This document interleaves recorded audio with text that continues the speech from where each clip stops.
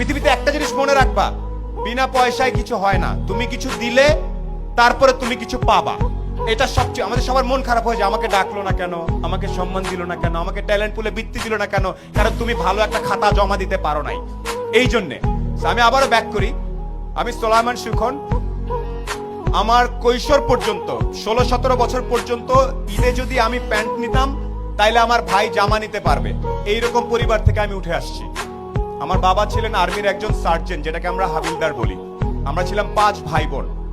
সে অবস্থা থেকে আল্লাহর রহমতে এখন অনেক ভালো জায়গায় আছি। এই গল্পটা ছোট্ট করে একটু বলবো। আমি নর্মাল বিভিন্ন জায়গায় পড়াশোনা করছি। গাড়ির সিট বেল্ট কেমনে বাঁধতে হয় সেটা আমি আসলে 18 বছর পর্যন্ত জানতাম না। গাড়ির সিট বেল্ট যে এদিক থেকে টাই নাই না এদিকে বাঁধতে আমি জানতাম না। আমি জানতাম না ওই পারফিউমের নাম কি, এগুলো জানতাম না। এখন আমি একটা জিনিস জানতাম, একমাত্র জ্ঞান অর্জন করলে, একমাত্র পরীক্ষার রেজাল্টগুলো ভালো করলে সামনে কোনো না কোনো ভাবে আমার জীবনে পরিবর্তন আসতে পারে। এখানে পরীক্ষার রেজাল্ট ভালো কার কার আমি আওয়াজ শুনতে চাই। 13 থেকে 19 আওয়াজ শুনতে চাই ভালো ছাত্রছাত্রীদের। এখানে প্রত্যেকে ভালো ছাত্রছাত্রী আমি জানি। আমি আজকে লিস্টে পড়েছি, পলক ভাই প্লেনে আসতে আসতে বলছিল যে এত ছেলে মেয়ে, এত কৃতি সন্তান আমি কিভাবে ছবি তুলবো একসাথে, আমার তো পুরো মাঠ লাগবে। সিংড়ার মতো একটা জায়গায় এতগুলা মেধাবী ছেলে মেয়ে তৈরি হচ্ছে।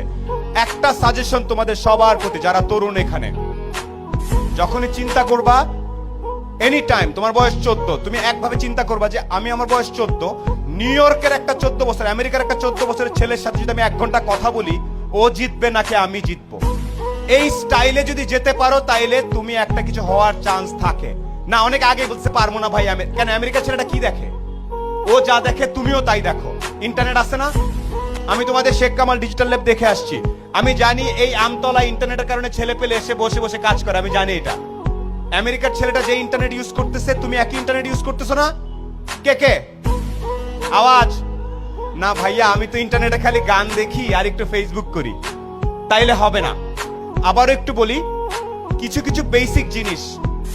আজকে এই প্রোগ্রাম নাচা গানা শেষ হয়ে সবাই চলে যাওয়ার পরে বাসায় যাবা, শাওয়ার নিয়ে ঘুমানোর আগে একটু দাঁড়ায় বলবা, একটা লোক আসছিল কালো করে, ভাঙ্গাচোরা, দেখা তো খুব একটা ভালো মনে হলো না, বাট উনি একটা কথা বলছে, আমি যদি নিজেকে পৃথিবীর যে কোনো মহাদেশের 14-15 বছর একটা ছেলে বা মেয়ের সাথে সমান সমান দাঁড়ায় 1 ঘন্টা কথা বলার মতো ক্যাপাসিটি না থাকে, তাহলে আমি আর অনেক পিছায় আছি। এই সাহস কার কার আছে? আমেরিকার একটা ছেলের সাথে 1 ঘন্টা, আয় বাবা তোর সাথে আলাপ করি, আয় তোর একটু চলন বিলের স্টাইল শিখায়, আয়, এটা কে কে করতে পারবে?